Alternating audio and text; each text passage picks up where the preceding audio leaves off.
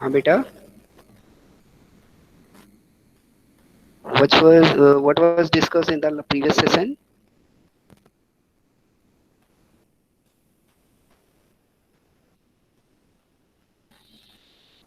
Yes बेटा, क्या चल रहा था हम लोगों का?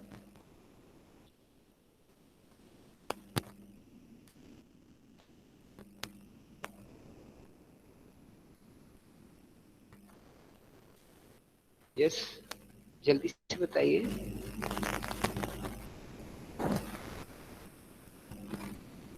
क्या चल रहा था बेटा?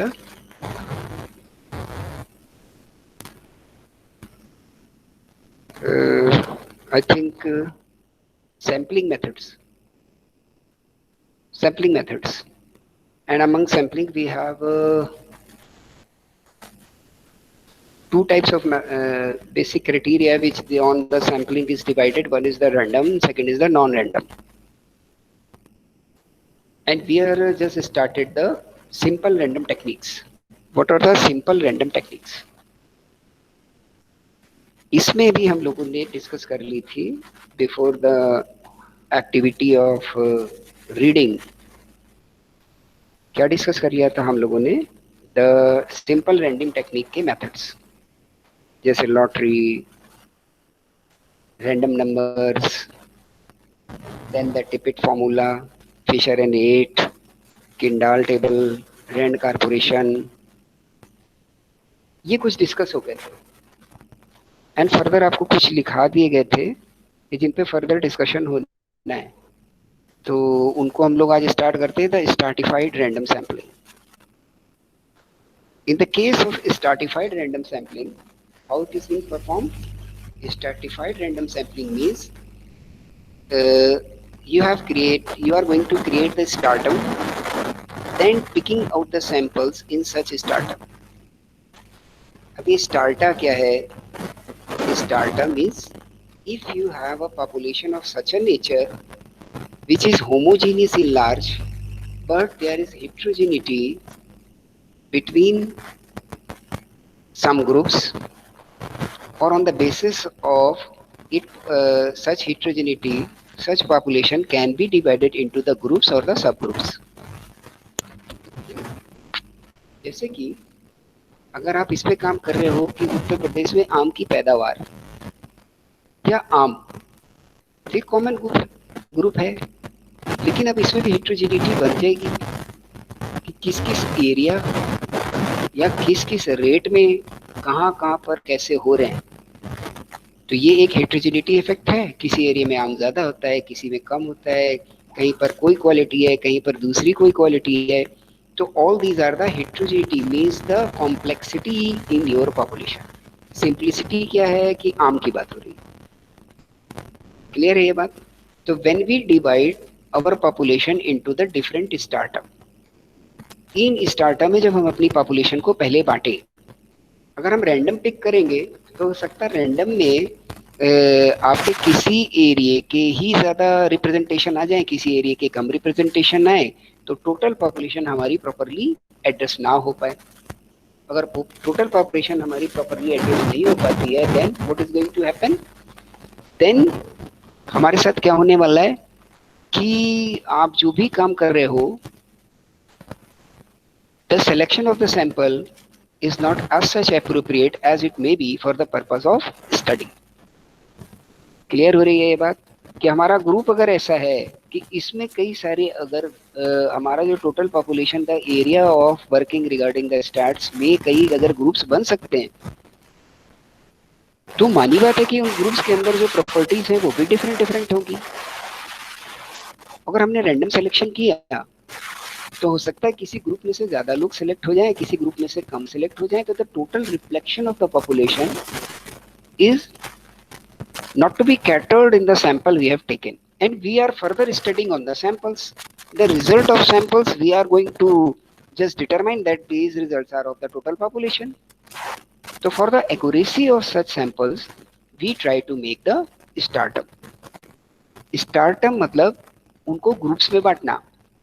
जैसे अगर किसी यूजी की क्लास में परफॉर्मेंस ऑफ द स्टूडेंट्स पर कुछ काम करना हो, तो the background of the studies की कौन सीबीएसई से निकल के आया, कौन आईसीएसई से आ रहा है, कौन यूपी बोर्ड से आ रहा है, कौन अदर बोर्ड से आ रहा है, ऐसे 4 ग्रुप बन सकते हैं।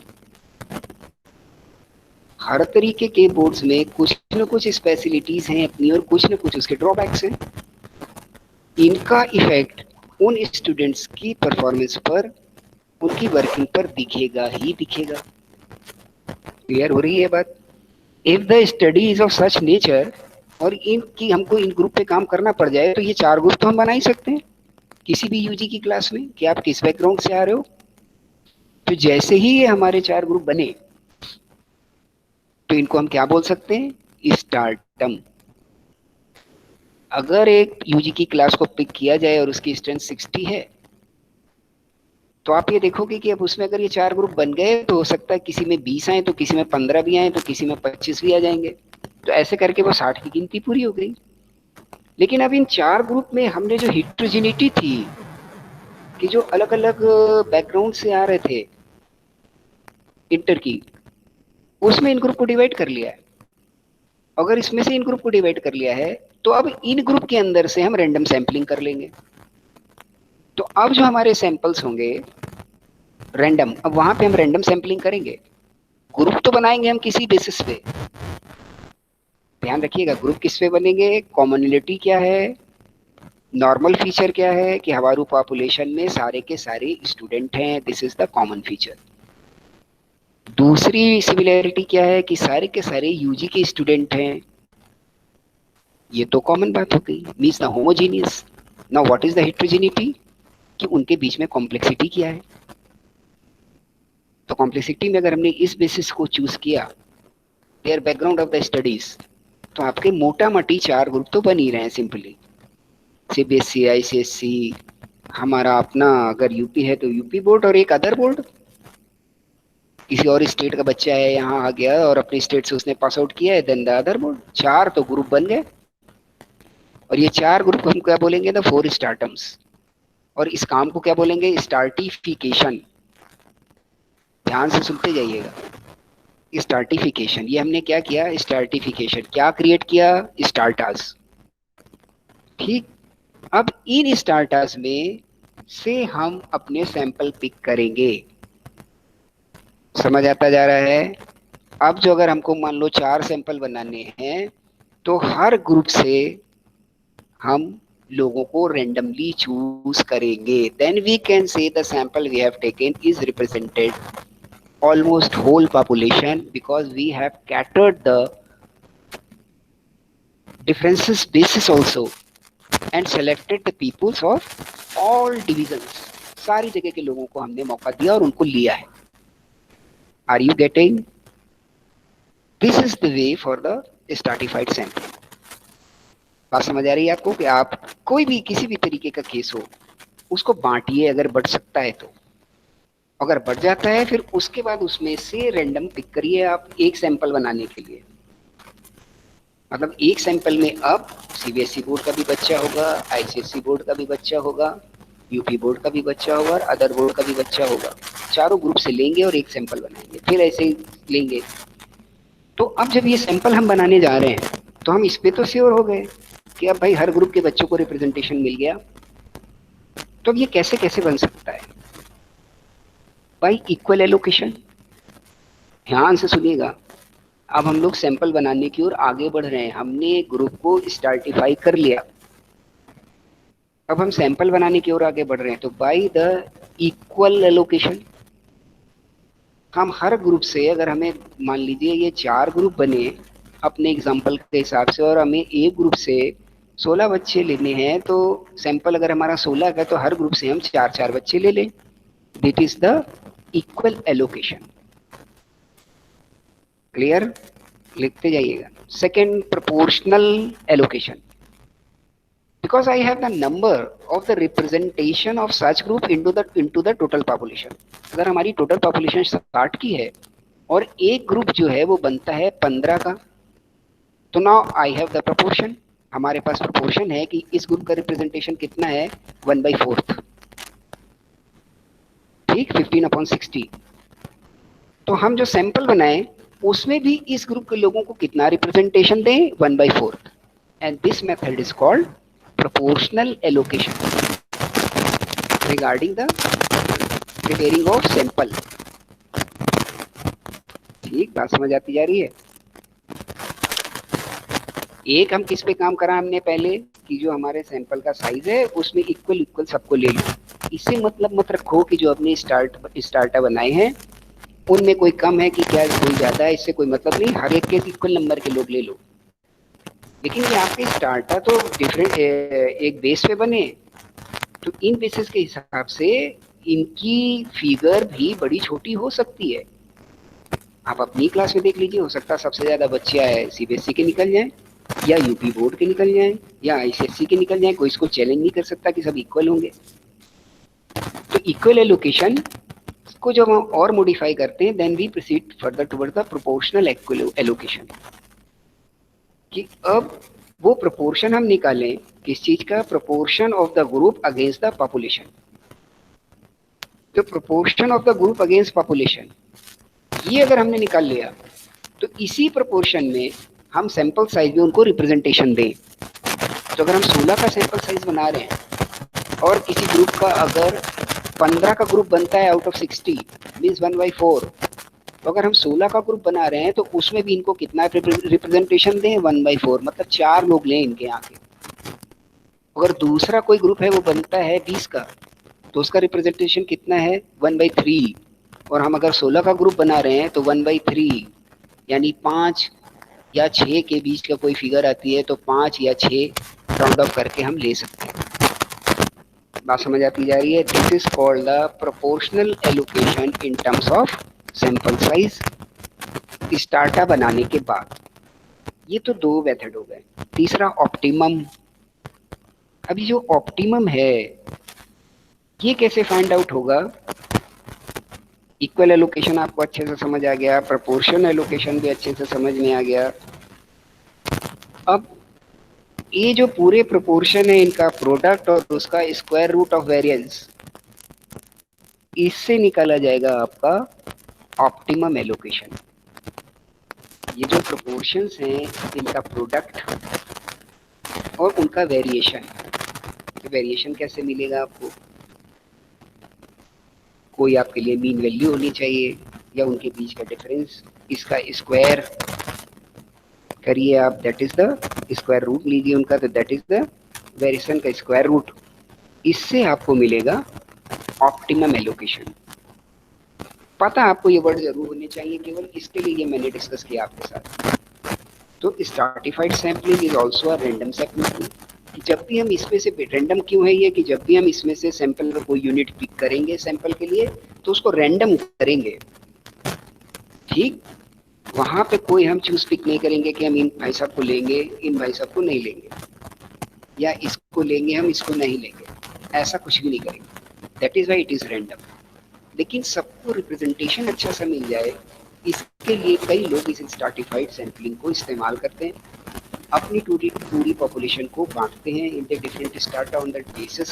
एग्जांपल भी मैंने आपको दिया कि किसी भी यूजी क्लास की बैकग्राउंड स्टडी का एक बेस बन के आपके मिनिमम 4 ग्रुप तो बनाए जा सकते हैं। ये हो गया स्टार्टा, इसमें से आप रिप्रेजेंटेशन ले लो।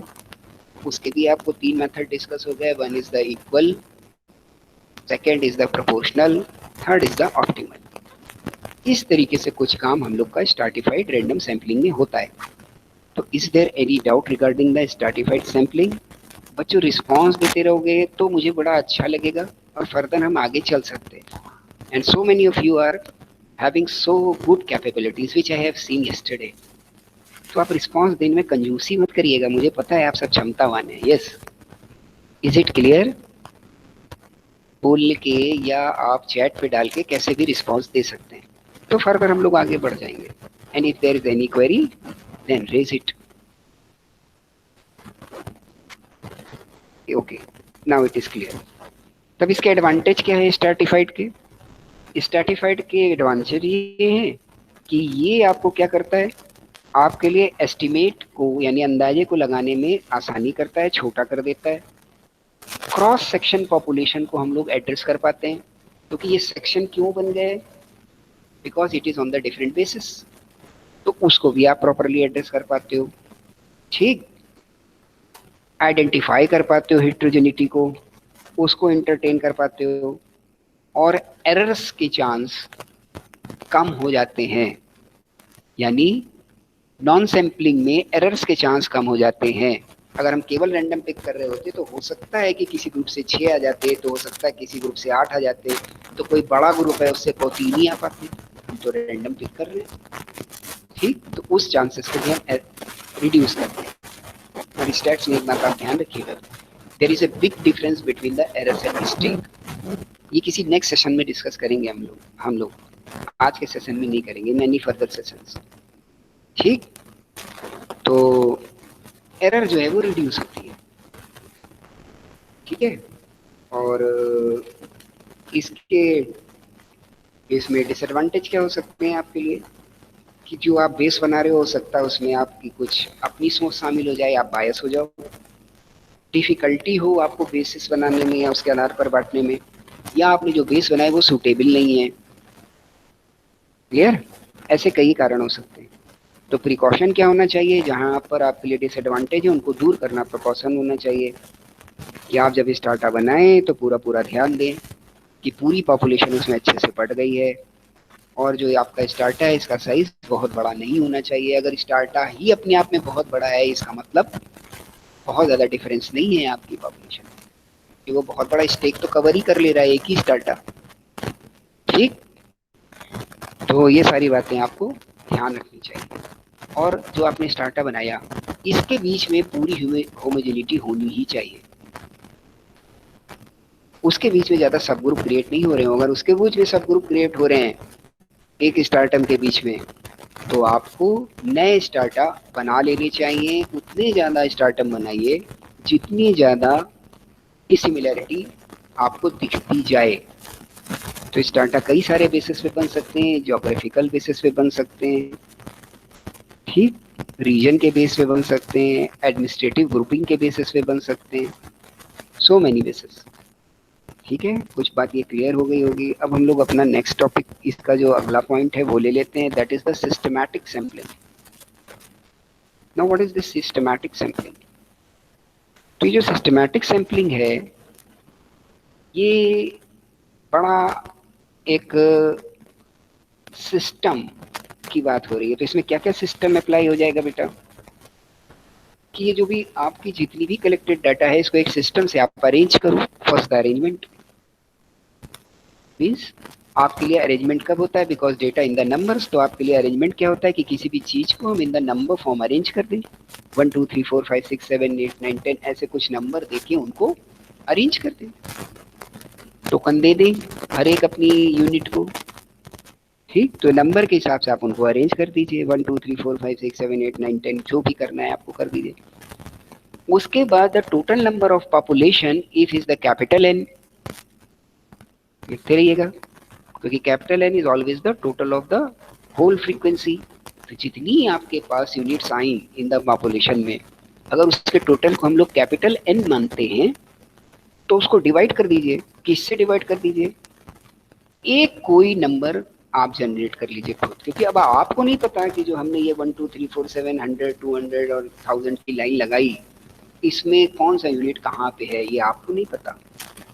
आप रेंडमली अपने सैंपल साइज को आप अपनी रिक्वायरमेंट और डिजायरेबिलिटी के साथ मैच कराइए, क्योंकि सैंपल साइज के क्या स्टेप हैं, प्रोसेस क्या है सैंपल के, ये आप पढ़ चुके हैं।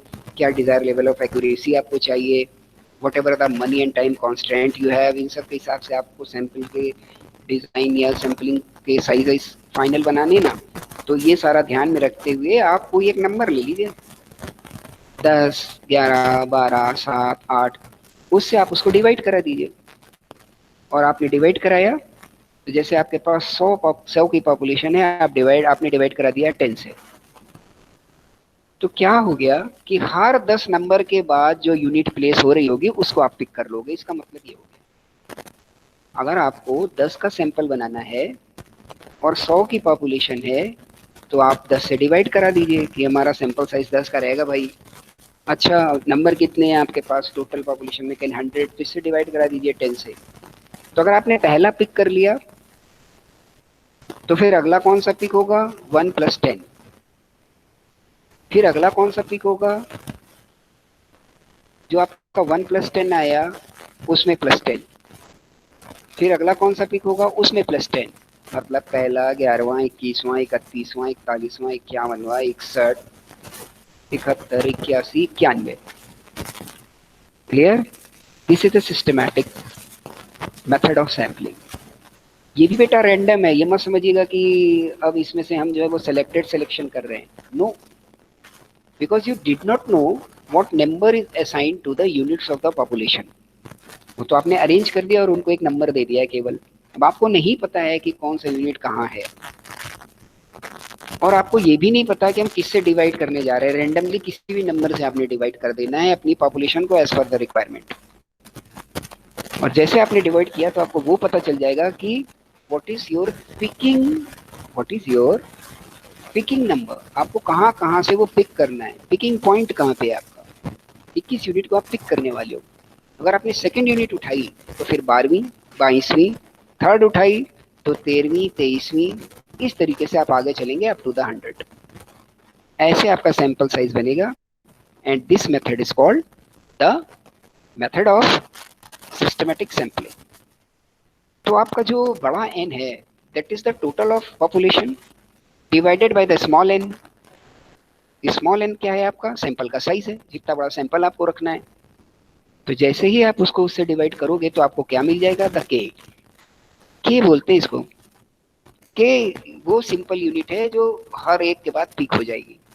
तो यहाँ पर हमने आपको एग्जांपल में बड़ा एन बताया 100, छोटा एन द सैंपल साइज आपको बताया 10। तो 10 से आपने डिवाइड किया तो आपको के क्या मिल गया, 10। तो R is the number, R is the point from where you have to start this stratified sampling.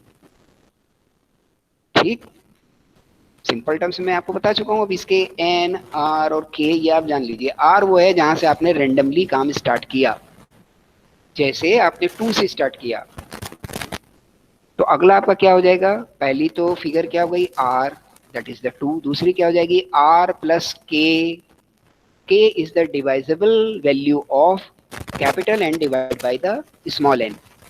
Capital N is the total number of units and N is small N is your sample size. तो आपको मिला था 10, तो दूसरी value हो जाएगी are के बाद कॉमा, क्या हो जाएगी आर प्लस के। तीसरी वैल्यू क्या हो जाएगी आर प्लस 2 के। ऐसे कॉमा लगा के आप आगे बढ़ते चले जाएंगे। Is it clear, is it clear? Yes sir. Okay, इसको हम लोग बेटा बोलते हैं सिस्टमैटिक सैंपलिंग। ये भी समझने में आसान है, इसमें भी कोई दिक्कत नहीं ज्यादा। अब अगर आपको इससे कोई डाउट आ रहा है बेटा तो हम लोग अभी पूछ लेते हैं, अभी इसको सेटल कर लीजिए। मेरे हिसाब से इस पे डाउट तो ज़्यादा आना नहीं चाहिए। बड़े इजी इजी टाइप के मेथड हैं, आसानी से आपको समझ आ रहे हैं। Now next one is the cluster sampling. Cluster, ये क्लस्टर सैंपलिंग क्या है भाई? What is the difference between the cluster and the stratified sampling? Cluster is also a type of group. Clear है? क्लस्टर भी एक प्रकार का ग्रुप है, स्टार्टा भी एक प्रकार का ग्रुप है। Is a group of some peoples. तो group of some peoples is the strata. इसका एग्जांपल हमने आपको कैसे दिया था कि अगर कोई यूजी की क्लास है तो उसमें जो बैकग्राउंड है आपका इंटरमीडिएट का, इसके हिसाब से आप ग्रुप बना दीजिए। दिस इज द ये क्या है स्टार्टा। अब अगर हमें इसको क्लस्टर में कन्वर्ट करना है तो ये क्या बोलता है, ये बोलता है कि आपके पास जितने अलग अलग तरीके के लोग हैं इनको सबको एक जगह इकट्ठा करो, दैट इज द क्लस्टर। बात समझ आ रही है आपको? बात समझ आ रही है आपको? कुछ कुछ means the group you have made, ये जो ग्रुप ही आप बनाए इसमें सारी हिट्रोजेनिटी को कवर कर लें आप। हाँ, जितनी भी आपके पास डिफरेंसेस हैं ग्रुप या सब ग्रुप के जो आपने आइडेंटिफाई किए, इनके स्टार्टा नहीं बनाइए आप, इन सब जगह से आप पिकिंग कर लीजिए लोगों की और उनको एक जगह इकट्ठा कर दीजिए, दैट इज क्लस्टर। और ऐसे कई सारे क्लस्टर बना लीजिए आप। अगर आपने ऐसे 10 क्लस्टर बनाए तो इनमें से किसी एक या दो क्लस्टर पे आप काम कर लोगे अगर, तो it is going to be reflected to the whole population because all your clusters are the representation of the different heterogenetical values of your population। कुछ बात समझ आ रही है आपको? फिर से बोलते हैं इसको, फिर से दोहराएं कुछ। पूछते चलना बेटा, डाउट आउट लेके जाना नहीं घर, ठीक? वो सारे क्लास में सेटल हो जाने चाहिए, ठीक। इन the case of the stratified sampling हम क्या करते हैं कि जितने तरीके के डिफरेंसेस या डिसिमिलैरिटीज हमारे ग्रुप में होती हैं उन बेसिस पर हम अपनी पॉपुलेशन को ग्रुप में बांट देते हैं। फिर फर्दर उस ग्रुप में से रैंडम सैंपलिंग करते हैं, ठीक। लेकिन क्लस्टर में हम क्या करते हैं कि जितनी तरीके की डिसिमिलैरिटीज होती हैं इनको हम इनसे अलग अलग लोगों को निकाल के एक जगह इकट्ठा करते हैं। सुनने में दोनों बातें एक जैसी लग रही हैं आपको, पर ये एक जैसी है नहीं, ठीक। अब एक एग्जांपल के थ्रू इसको हम लोग समझने की कोशिश करते हैं, ठीक। अगर हमारे पास एक पूरे शहर पे काम करना है ऑन एनी ओपिनियन पोल और फॉर एनी सर्वे, लोगों की ओपिनियन इकट्ठा करनी है, तो यार अब पूरे शहर में अगर आपको ओपिनियन लेनी है तो आप स्ट्रैटिफाइड सैंपलिंग करोगे तो किस तरीके से करोगे? उस शहर में देखोगे किस किस तरीके के लोग हैं, on the basis of their income, on the basis of their locality, on the basis of their different type of beliefs, on the basis of their religion, on the basis of their custom।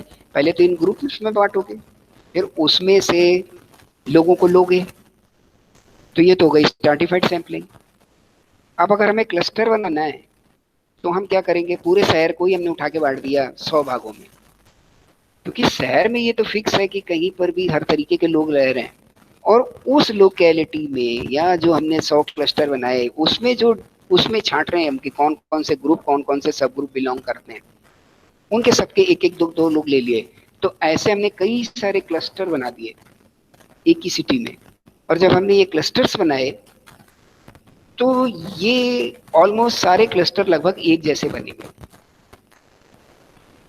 इनमें किन्हीं भी एक दो clusters पर जिनमें सबसे ज्यादा representation आए हों अगर हम काम कर लेते हैं तो वो पूरे ग्रुप पे रिफ्लेक्ट करेगा। This is the cluster method of sampling. ये क्लस्टर मेथड है। कुछ क्लियर हो रहा है? अब डिफरेंस क्या है इन दोनों के बीच में, इसको हम जैसे ही एलिब्रेट करते हैं, then you are going to be in the better position to understand the difference between the stratified sampling and the cluster sampling. In the stratified sampling, there is a variation between the strata. ठीक? In the stratified sampling, how we choose the strata? How we choose the strata? Because there is a difference between the groups, but the variation between the strata is very low. अब आपने अगर ये 4 group में बांटा था कि CBSE वाले, ICSE वाले, फलाने वाले, ऐसे अपने 4 ग्रुप बांटे थे, तो यार अब आपके एक ग्रुप में तो केवल सीबीएसई वाले हैं ना, तो उनके बीच तो वेरिएशन नहीं है ज्यादा, clear. But in the case when you are making the cluster sampling, there is too much variation between the cluster in the cluster, but there is very less variation among the clusters। अच्छे से लिख लो इसको। Stratified sampling और cluster sampling में फर्क क्या है? दोनों एक जैसी कुछ कुछ समझ आ रही होंगी, उसमें भी ग्रुप बन रहा है, इसमें भी ग्रुप बन रहा है। स्ट्रैटिफाइड सैंपलिंग में ग्रुप के अंदर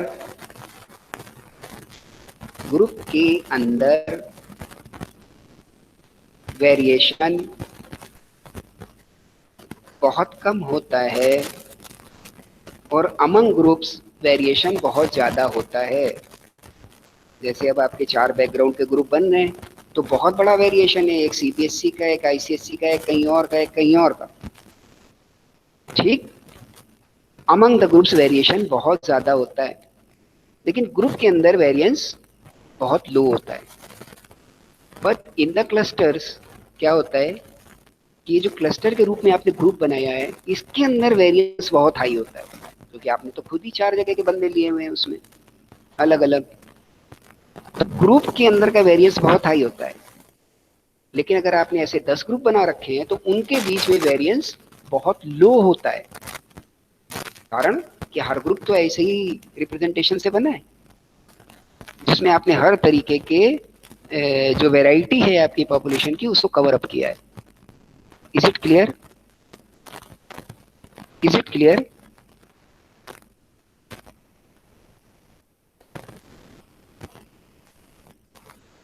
यस, ओके। अब थोड़ा सा इसको हम आगे लेके जाते हैं जिससे आपको यूज समझ में आएगा। अभी तक तो आपको थ्योरी जैसा सब कुछ समझ में आ रहा है, कुछ इंटरेस्ट कम हो रहा है, ठीक ना। आप अगर आज एमएनसीज का या अच्छी प्राइवेट बिजनेस कंसर्न्स का मॉडल आप उठा के देखेंगे तो आपको दिखेगा कि they are making the cluster type of administration against the orthodox divisional method of controlling और एडमिनिस्ट्रेटिंग। आप जब ये देखोगे कि गवर्नमेंट कंपनीज हैं और ये सब है, ये आपको किस में बटी दिखाई देंगी? उत्तर मध्य रेलवे, दक्षिण रेलवे। तो ये क्या है? Division on the geographical basis. अच्छे से अच्छी बैंक उठा के देखिए, अच्छी से अच्छी जगह की आप, जो हमारा ऑर्थोडॉक्स मेथड है जो अधिकतर लोग इस्तेमाल करते हैं, that is the divisional method. और डिवीजन आप या तो ज्योग्राफिकल बेस पे बनाते हो या प्रोडक्ट बेस पे बना देते हो, ऐसे ही डिवाइड करते हैं आप। और हायरार्की ऑफ द ऑर्डर और एडमिनिस्ट्रेशन ऐसे फॉलो करता है। लेकिन इस सैम्पलिंग टेक्निक या यहाँ से इंस्पिरेशन या आइडिया लेकर के एमएनसीज और बड़े लोग क्या कर रहे हैं, अच्छी कंपनीज, ये क्लस्टर फॉर्म में एडमिनिस्ट्रेशन को ही बना रही हैं। बहुत ध्यान से मेरी सारी बात को सुनिएगा। इससे क्या हो रहा है कि अगर उन्होंने कानपुर लेवल पर एक कानपुर क्लस्टर बना दिया तो अगर कोई कंपनी है तो उसमें कोई प्रोक्योरमेंट भी हो रहा होगा, मतलब स्टोर डिपार्टमेंट भी होगा, ठीक, खरीद का डिपार्टमेंट भी होगा अगर वो ट्रेडिंग के उसमें है तो, कुछ सेल्स के भी काम हो रहे होंगे, ठीक, हर एक के अपने अपने हेड होंगे। समझते जाइएगा बात। एक कानपुर के क्लस्टर में अब कितनी वैरायटी है? One is the procurement wing जो सामान को खरीद के लाती है। अगर हम सिंपल एक रिटेल मॉडल की चर्चा कर लें, जैसे आप अमूल की एक चेन की बात कर लो, तो अमूल कहीं से दूध खरीद रहा होगा यार, गुजरात से थोड़ी आ रहा है उसका दूध। बात समझ रहे हैं ना आप? तो अगर वो कानपुर में काम कर रहा है तो कानपुर में उनके दूध खरीदने के लोग लगे होंगे जो गांवों से खरीद के लाते हैं। तो इसको अगर आप बड़े उसमें डालो तो ये हो जाएगी प्रोक्योरमेंट विंग जो प्रोक्योर करती है गुड्स को। दूसरी कुछ उसकी स्टोरेज एरिया होगा जहां पर वो स्टोर करते होंगे उसको, तो उसके लिए कुछ ऑफिशियल्स, कुछ पर्सन होंगे, वो एक्टिविटी परफॉर्म हो रही होगी। तो एक ग्रुप ये है। इससे अगर हम लोग बढ़े तो some operations are done into such procured milk. कुछ ऑपरेशंस होते होंगे तो ऑपरेशंस के लिए कुछ अलग लोग होंगे, तो एक अलग विंग हो गई। इससे आगे हम बढ़े तो अब जब ऑपरेशंस हो चुका, then such milk is transfer towards the distribution centres. उनके कुछ डिस्ट्रीब्यूशन सेंटर होंगे जिसमें कुछ एरिया डिनोट होंगे कि ये इस एरिया को सप्लाई देंगे, ये वाला जो सेंटर है ये इस एरिया को सप्लाई देगा। तो एक डिस्ट्रीब्यूशन चैनल हो गया, फिर सेल्स के बंदे हो गए। तो ऐसे करके 4-5 विंग बनती हैं। ये तो मेन एक्टिव विंग है। इसके अलावा वहां पर भी तो पैसा आ जा रहा होगा, तो कोई सपोर्टिव फंक्शन फाइनेंस का हो रहा होगा, उसकी एक डिपार्टमेंट होगा, अकाउंट डिपार्टमेंट या finance department as a supportive wing. कुछ लोग रखे और निकाले जा रहे होंगे तो उसके लिए एचआर डिपार्टमेंट होगा। Means variety of peoples are working under a city which is Kanpur. अब आप क्या करो, अब ये क्लस्टर मैनेजमेंट कैसे काम करेगा कि हर एक डिपार्टमेंट के किसी हेड या सब हेड को एक एक दो दो लोगों को लेकर के एक अपना क्लस्टर बना देगा वो, और उसका कोई हेड बना देगा। Means if a meeting is arrange तो अब आपको जरूरत नहीं है वहां हर जगह के लोग इकट्ठा हैं एक साथ। और अगर कोई भी पॉलिसी बन रही है, the views and ideas of all the wings are वहीं पर सेटल हो जा रहे हैं और वहीं एक ही जगह पे सारी बात हो गई और सारा ऑर्डर पास हो गया। This is a method of cluster administration. समझ आ रहा है आपको? और ऑर्थोडॉक्स में क्या है कि हर एक आदमी अपनी अपनी जगह का राजा है। मतलब कानपुर का फाइनेंस वाला किसको रिपोर्ट करेगा? Regional office finance. और रीजनल फाइनेंस ऑफिस वाला किसको रिपोर्ट करेगा? बिल्कुल head office of the finance. Same with the marketing, same with the procurement, same with the production. अब क्या होगा? क्योंकि पॉलिसी के लिए इंटीग्रेटेड एफर्ट चाहिए, किसी भी ऑपरेशंस को स्मूथ और तेजी देने के लिए क्या चाहिए? Integrated effort. तो इंटीग्रेटेड एफर्ट का डिसीजन लिया जाएगा at the top level, execution होना है उसका लोअर लेवल पे। अब वहां पे एक डिसीजन लिया गया तो वो डिसीजन फाइनेंस वाले को, हेड को बता दिया जाएगा, जो इंडिया लेवल पे हेड है, भाई इसको फॉलो कराइए। तो वो अपने फिर जोनल को देगा, जोनल से डिवीजन को आएगा, डिवीजन से सिटी में आएगा। आपको समझ आ रहा है? कितनी सारी दूरी के बाद कोई आदेश नीचे तक आएगा तो उसकी परफॉर्मेंस और फॉलोएंस भी, जो स्मूथनेस, जो शार्पनेस होनी चाहिए, वो नहीं आ पाएगी। इसलिए हमारी जो ऑर्थोडॉक्स मैनेजमेंट सिस्टम है या कंपनीज है, ये पीछे रह जाती हैं in the case of the competition, because they are not adopting the things which are prevailing और विच आर हेल्पफुल। बात समझ आती जा रही है आपको अच्छे से?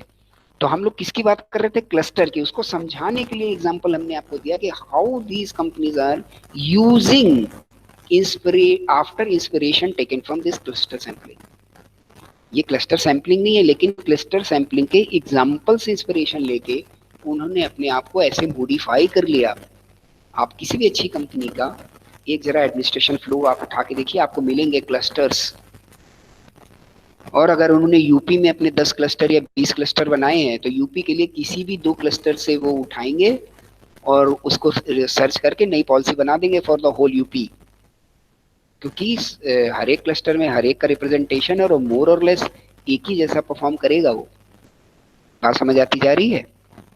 What are the cluster and how it is going to be used, कैसे यूज हो रहा है वो मैं आपको समझा रहा था। क्लस्टर सैंपलिंग, उसका एग्जाम्पल मैंने भी, उसके इंस्पिरेशन का एग्जाम्पल आपको कोट कर दिया है। तो अब मुझे नहीं लगता कि आपको क्लस्टर सैंपलिंग को समझने में दिक्कत आनी चाहिए।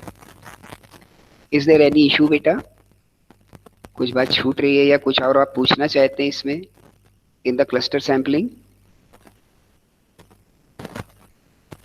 यस, रिस्पॉन्स करते चलिए वरना मुझे लगेगा कि वो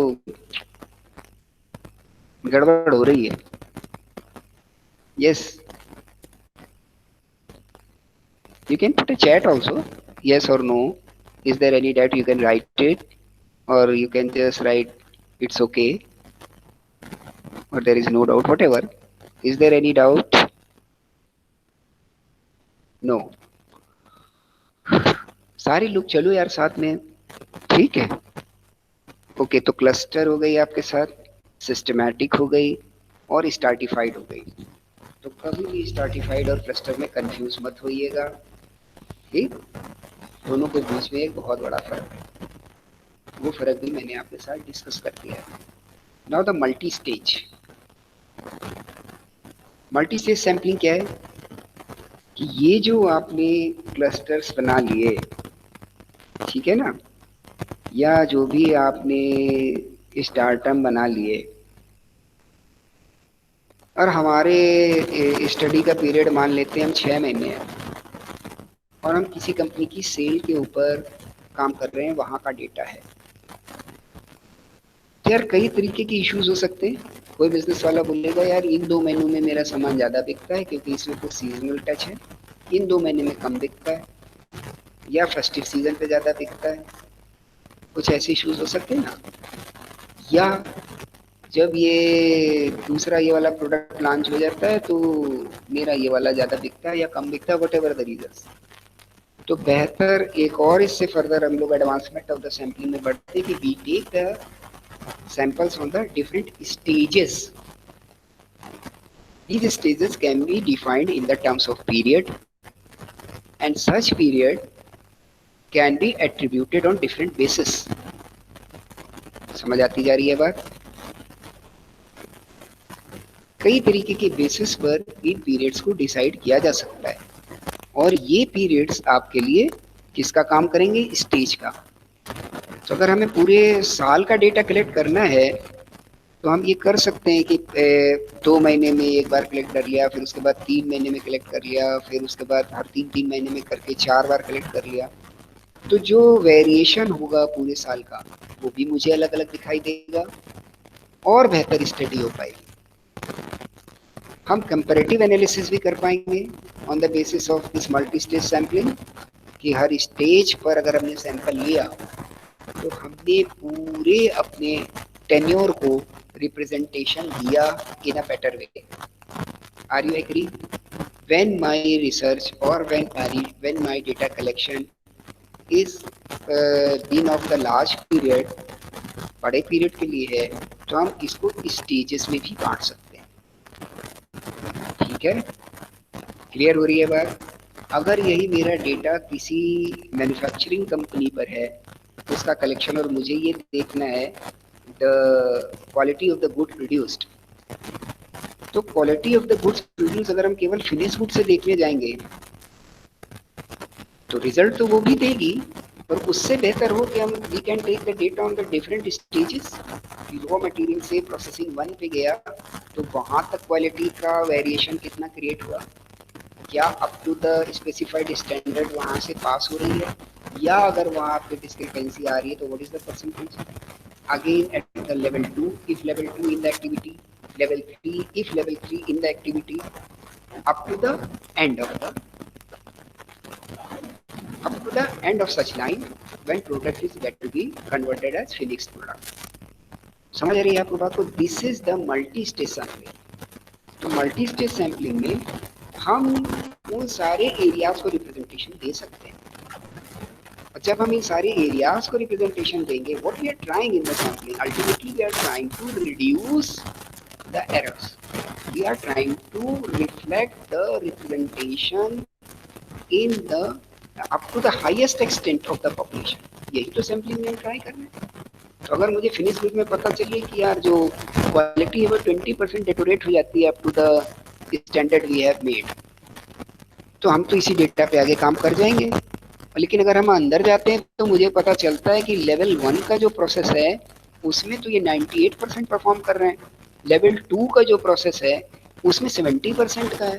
अगर हमने सब जगह का रिप्रेजेंटेशन ले लिया, then it is to be very good to make the sample and create any decision or conduct any study regarding the quality of such product under the manufacturing। कुछ बात क्लियर हो रही है मल्टी स्टेज की?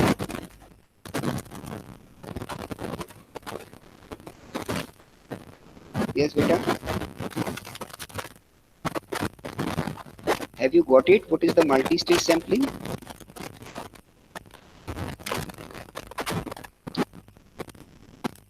Yes, okay।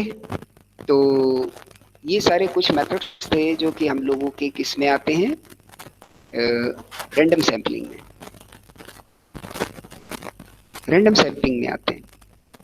ठीक, अब हम लोग थोड़े से नॉन रैंडम के भी डिस्कस कर लेते हैं, जिसके बाद कि ये नॉन रैंडम के आपको लिखवाए हैं, नॉन रैंडम के आपको लिखवाए हैं। Yes sir. Judgment, quota, convenience, judgment, quota, convenience and the snowball, ये 4 मेथड पर हम लोग डिस्कस करेंगे। ठीक, तो आज की क्लास में हम देखते हैं कितने कवर अप हो सकते हैं। Now the judgment. अब नॉन रैंडम से आप समझ लीजिए कि अब आप कैसे अपने सैंपल को बनाने वाले हो कि जिसमें रैंडमनेस नहीं है, means equal chance of getting selected अब नहीं है। तो अगर ऐसा नहीं होगा तो उसके कुछ कारण होंगे। तो पहला कारण क्या हो सकता है कि हम जजमेंट के बेस पे सैंपलिंग करें, और जजमेंट के बेस पर जब हम सैंपलिंग करते हैं तो इसका एक नाम और होता है जिसको बोलते हैं पर्पसिव सैंपलिंग। पर्पसिव, ठीक है, purposive sampling. Clear? Purpose is judgment का मतलब क्या हो गया कि हम रिसर्च पर जब जा रहे हैं तो पहले से ही मेरे पास कोई पर्पस है। हम डेटा जब कलेक्ट कर रहे हैं तो वहां पर भी मेरे पास पहले से एक पर्पस है कि यार कुछ इस तरीके का रिजल्ट मुझे चाहिए। तो आप फोकस करें या आप ऐसी जगह पे जाएं या ऐसा काम करें कि जिसमें आपको उस तरीके का डेटा मिल पाए जैसा आप चाहते हैं, नंबर वन। या डेटा के लिए आप ही सब कुछ डिसाइड कर दो, किसी तरीके की रेंडमनेस में छोड़ो, that is the judgment sampling. Judgment sampling means you are just picking the units on the judgment you have made. You means the researcher who is collecting that data for his study. तो जब कोई अपनी study के लिए data को अपने ही हिसाब से लाए और बनाए, तो यार किसी भी स्टडी को हम लोग करते हैं, आप बताइए, तो पहले दिन से हमको कुछ ना कुछ पर्पस क्लियर होता है। अब आपका कभी एग्जाम आने वाला है, ठीक, पर्पस क्या है? नंबर अच्छे आए, आपको पहले से पर्पस पता है, ठीक। ऐसे ही अगर कोई रिसर्च करने जा रहा है तो उसको भी अपना पर्पस पता होगा ना, उसके पास रिसर्च क्वेश्चन होगा। कोई डेटा कलेक्ट कर रहा है तो उसके पास कोई रिसर्च क्वेश्चन होगा, उसे कुछ जानना होगा कि हाँ इसके अगेंस्ट में ये हो रहा है कि नहीं हो रहा है, या इस चीज़ की परफॉर्मेंस कैसी है, उसके पास पर्पस है। और उस पर्पस का रिजल्ट भी वो ये चाहता है कि अगर ऐसे ही आए, तो उसी हिसाब से वो सैंपल को डिसाइड करता है। That is the judgment sampling. Means आप अपने हिसाब से साइज बनाइए, आप अपने हिसाब से शेप बनाइए, सब कुछ आप अपने हिसाब से बनाइए, ठीक। और एवरेजेस भी अपने हिसाब से फिर आपके निकल के आएंगे, और उन एवरेजेस के हिसाब से आपका फिर क्या होगा, सारा रिजल्ट भी आपके हिसाब से बन जाएगा। Because base of any statistical calculation is the data, and if you have convert the information into the form of data on the judgment basis, means you are trying to achieve some purpose. What purpose? Of your answer of the research question, that is the purpose. कि जो हमारा research question है उसका answer मुझे इसी तरीके का मिले। अब इसी तरीके का आंसर मिले तो आपको पता है यार इस तरीके के आंसर के लिए इस तरीके का डेटा होना चाहिए, तो आप पहले से ही इस तरह से सैम्पलिंग करो कि आपको डेटा उस तरीके का मिलने लग जाए। इसके लिए आपको जजमेंट लगाना पड़ेगा कि मैं इन्हीं को लूंगा।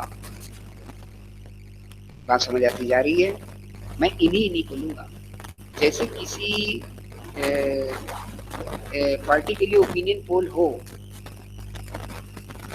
बहुत रेलिवेंट एग्जांपल नहीं है, बड़ी जल्दी आप लोग पिक कर लेंगे। तो किसी पार्टी के लिए अगर ओपिनियन पोल हो और उसके लिए डेटा कलेक्ट कर रही है अगर कोई एजेंसी, सर्वे एजेंसी, और तो उसको अगर ये चाहिए कि हम ये दिखाएं कि इस party is going to be very effective and very good, तो अगर उसने 10 लोगों से मिला तो वो पहले से आइडेंटिफाई करके रखे कुछ कि इन 10 में से 6 मुझे ऐसे ही मिलेंगे जो फेवर की बात करेंगे, या जो हल्की डिसफेवर की बात कर रहा होगा उसे मैं अपनी यूनिट का हिस्सा ही नहीं बनाऊंगा। 10 में से केवल 3 को ऐसे लोग मैं रखूंगा अपने सैंपल में कि जो फला पार्टी के अपोजिट हो, 7 ऐसे रखूंगा जो फला पार्टी के सपोर्ट में हो। तो जो आउटकम ऑफ रिजल्ट आएगा मेरा वो अपने आप हाई दिखाएगा। समझ आ रहा है आपको? किसी भी केस के साथ ऐसा हो सकता है, किसी भी केस के साथ। तो this is the judgment sampling. When investigator choose the such units which are going to represent the population in the sample on basis of their own judgment or proper judgment, which depend on the success or on the purpose which such researcher in his mind। और सीधी सी बात, इसको हम लोग बोलेंगे judgement sample, ठीक। अब एक छोटी सी और डिस्कस हो सकती है, कोटा।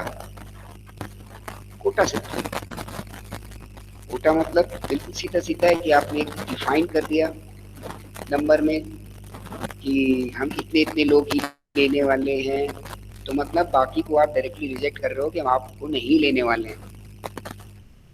ठीक, this is the quota sampling. तो आप अगर कोटा सैंपलिंग कर रहे हो, this is also a type of non random sampling. ठीक, क्योंकि इसमें जो आप बेसिस इन्वॉल्व करोगे तो वो जो अधिकतर बायस होगा, कारण क्योंकि ये जजमेंट से जुड़ा हुआ होगा। ठीक, हमारी सैंपलिंग का बेस क्या होता है? The probability of getting selected, ये हमेशा बनी हो। In the case of quota, the probability of getting rejected हमेशा बनी है, probability of getting selected reduced है। Are you agree? अगर 1000 लोग हैं, उसमें से आप बोल दो हम 10 लोगों को लेंगे, तो आउटराइटली यू आर सेइंग कि 990 को हम नहीं लेंगे। ये तो नॉन रैंडम हो गया। बात समझ आ रही है आपको? This is the non random. Clear? तो कुछ ये मेथड्स आज हमारे आपके साथ डिस्कस हुए हैं, और इनमें फर्दर अगर आपको कोई क्वेरी आ रही है तो आप उसको जल्दी से पूछ लीजिए विद इन 1 और 2 minutes. Otherwise it is time to close this session. कोई और अगर आपको बात बोलनी है तो वो भी आप बोल सकते हैं, but between with in the time of just 1 और 2 minutes. Have you anything to से?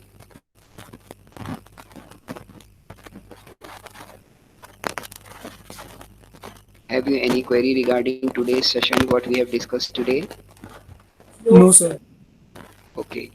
Then the remaining points of this topic, the convenience sampling and the snowball sampling, will be discussed in the next session. अगले session में इसको हम लोग ले लेंगे further. उसके बाद फिर हम लोग आगे बढ़ जाएंगे द एनालिसिस ऑफ डेटा की। Okay, then very nice meeting with all of you. Thank you very much. Have a nice day.